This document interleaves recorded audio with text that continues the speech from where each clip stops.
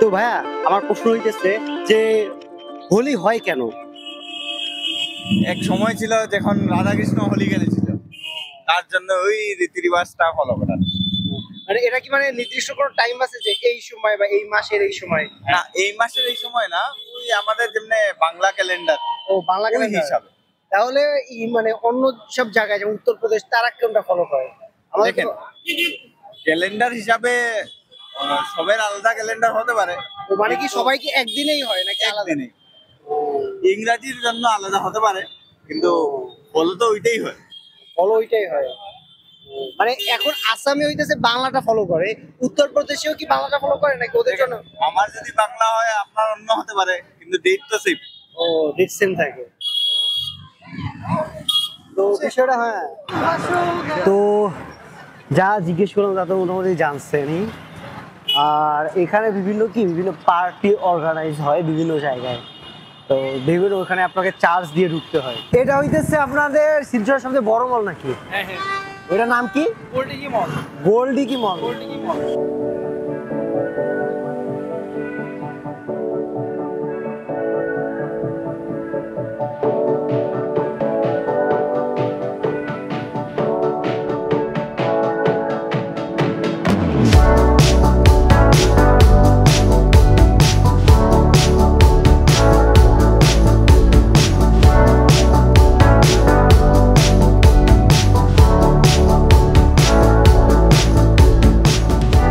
তো ভাই কমেন্ট করে জানান ভিডিও কেমন লাগছে।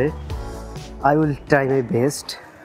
আর এখানে দেখেন, এটা কিন্তু রক্ত না, হোলির আসলে রং বিভিন্ন জায়গায় পড়ে আছে আর কি হোলিগুলা। আর এই হইতেছে ঘটনা। আর এখনো যারা আমার চ্যানেল সাবস্ক্রাইব করেন নাই তাড়াতাড়ি লাল like and subscribe the channel. ভাইয়ের কথা শুনবেন।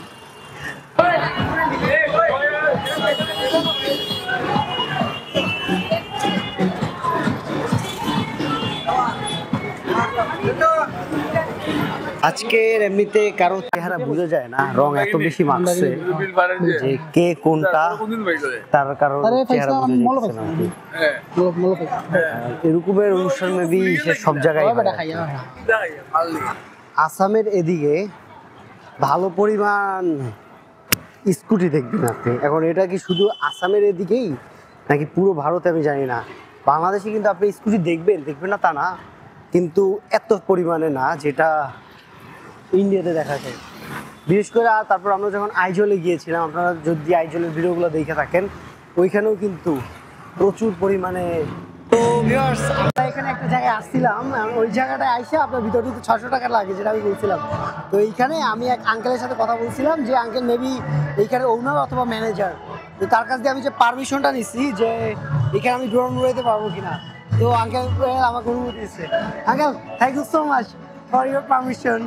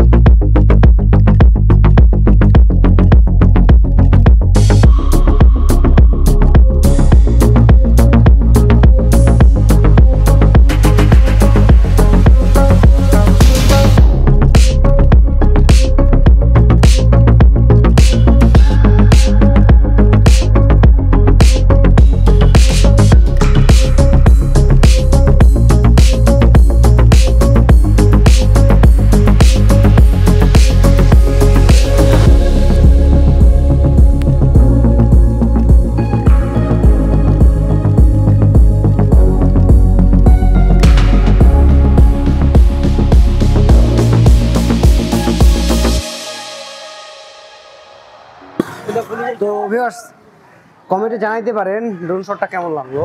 তো এইখানের যে আঙ্কেল ওনার কাছে পারমিশন নিয়েছিলাম, তো উনি বলছে যে ঠিক আছে আপনার ইউটিউব চ্যানেল আছেন, ইউ ক্যান সি, আপনার মানে দেখান যে আপনার ইউটিউব চ্যানেল আছে। তারপর দেখানোর পরে তারপর বললো ঠিক আছে। তো আমাদের চ্যানেলের রিসোর্টের নাম বললো।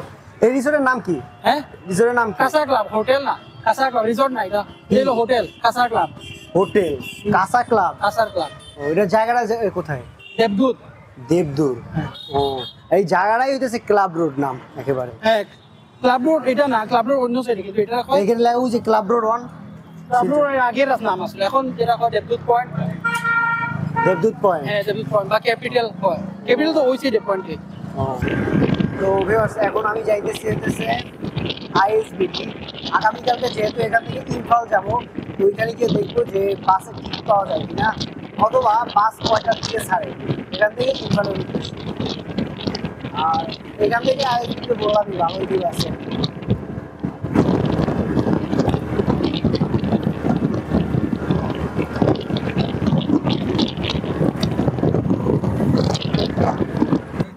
তো আমরা এখন যাইতেছি ক্যাপিটাল নামের একটা জায়গা আছে, ওই জায়গাটাতে। দেখি যাইতে কতক্ষণ লাগে। ভাই এটা কি কোনো নদী? নাম কি ভাই?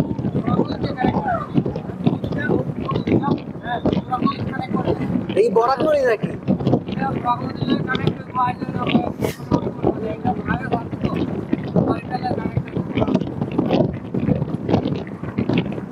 তো ওই দিন আমরা যে রেল স্টেশনে গেছিলাম না, রইতেছে সেটা ওই চলে গেছে।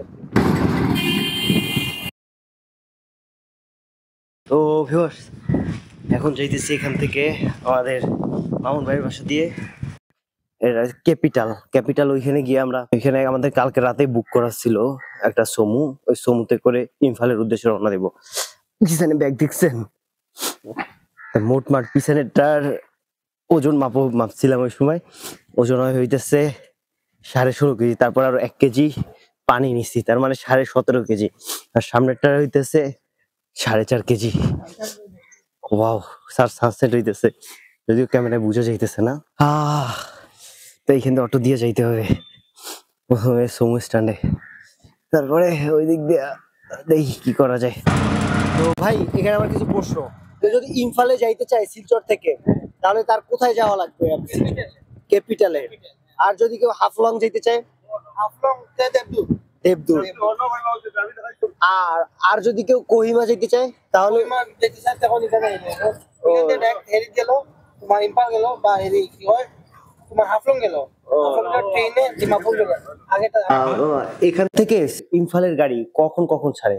6:30 থেকে 7টার মধ্যে। 7:30। শুধু কি দিনে একটা যায় নাকি? একবেলা। একবেলা, সকালবেলা আর যায় না? ওকে।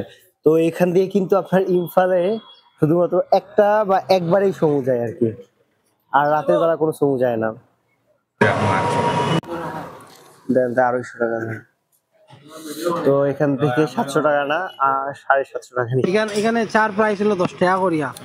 হ্যাঁ, তাই দিতে ক্যাপিটাল পয়েন্ট আইলে ভাই ভাই, এখানে ক্যাপিটাল পয়েন্ট থেকে সকালে বেলা এই যে ক্যাপিটাল ডায়াগনস্টিক সেন্টার, আর এই যে ক্যাপিটাল, আর এদিকে হইলো আপনার যায় হেরি ইম্পাল এয়ারপোর্ট নিবেন। আর কেক 5 রুপিস করে আছে, এগুলো সব 5 রুপিস করে।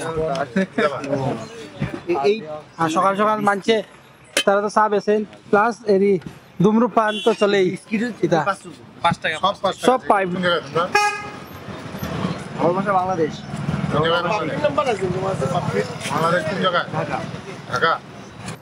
তো ভিউয়ার্স এইখানে একটা বিষয় দেখলাম, সেটা হইতেছে আপনার এইখানে কেকের দাম কিছুটা কম, চায়ের দাম আবার বাংলাদেশের চেয়ে বেশি।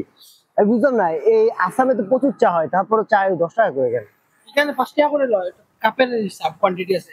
একটা আছে ছোট কাপ হইলে 5 রুপিস, আর বড় কাপ যেটা আছে এটা হলো 10 রুপিস। এটাই হলো কোয়ান্টিটি। ও তো ভাই এর প্যাক করতেছে আর কি জামা কাপড়ে, যতগুলো ব্যাগ আছে।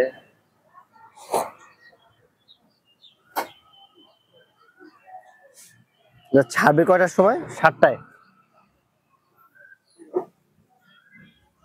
আমি তো আজকে ভালো হইছে, দিনের বেলা তো সব দেখতে দেখতে যাবো, ওই দিন রাত্রে বেলা ছিল ভাই।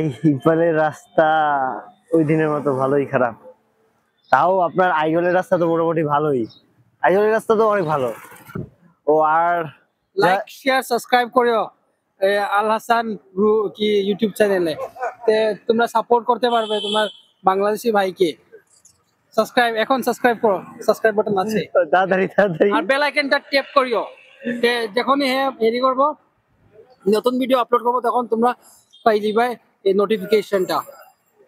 তো ভাই হ্যাঁ জায়গা বাংলাদেশ গেলে কি দেখো, ইন্ডিয়া আইলে দেখা আইও। আর বাংলাদেশ গেলে ঢাকায় আছি আমরা, ঠিক আছে ভাই।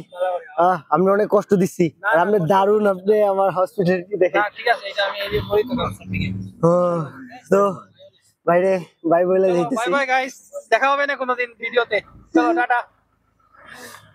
ঠিক আছে, এমনিতে দারুণ একজন ভাই ছিল। এখন আমাদের শুরু হয়ে গেছে আর কি। কই রাখবো, কি সামনে রাখবো? করে দিও করে দিও। এখন করবো না, পরে করবো অবশ্যই। তাকে এনে রাখা উপরেই থাকা উচিত ছিল। তো ভিউয়ার্স, এখান থেকে ইম্ফল যেতে নর্মালি 8 ঘন্টা লাগার কথা, কিন্তু যেহেতু আমাদের গাড়ি এটা আস্তে আস্তে করে যাবে, তো যেতে যেতে প্রায় 12 ঘন্টার মতো যেতে পারে। এখন বাজে হইতেছে 7টা 11। তো যেতে যেতে মেবি ভাই বললো যে প্রায় 8টাও বাজতে পারে, অনেক সময় 9টাও বেজে যায়। তো দেখা যাক, 9টা বাজে। রাস্তা খারাপ। আপনি লাস্ট ইম্ফল গেছিলেন কবে? আমি লাস্ট গেছিলাম জানুয়ারি মাস। ওটা তো বেশি দিন হয় না, তো তখন রাস্তা কি কেমন খারাপ ছিল? ও মানতেছে, রাস্তা মানে এখন কাজ চলতেছে। ওইখানে ট্রাক গুলো যায় কিভাবে? তো অবস্থা আরো পাম্পটি বেড়ে গেছে।